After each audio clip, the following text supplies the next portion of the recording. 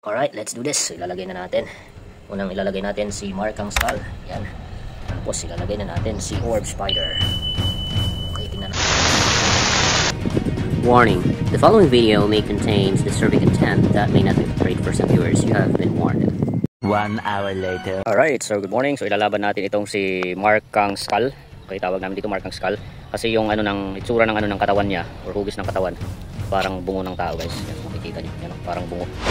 So Markang Skull, ilalaban natin kay Orb Spider. Okay, so sino kaya ang mananalo, guys? So tingnan natin mamaya sa laban nila. Let's do this. So guys, kunin na natin mga kadagit si Orb Spider. Ilalaban natin. Saan ka pupunta? Dito pa lang, uy. Uy, huwag kang umalis. Hello. Oh, what's happening? Mukhang naano siya sa alawan niya, guys. Laban mo ba ito, guys? Guys, ayan si Orb Spider. Laban natin doon kay Markang Skull, guys. Yan, kunin na natin. Hindi naman to nangangagat, guys. Hindi naman to makamandag. So pwede natin to kunin by hand. Okay, let's go. So nandito na siya, guys, sa aking mga kamay. Yan si Markang Skull. Alright, let's do this. So ilalagay na natin. Unang ilalagay natin si Markang Skull. Yan. Tapos ilalagay na natin si Orb Spider. Okay, tingnan natin ang gabanan nila, guys. Yan. Tanggalin muna ng sapot natin. Yan.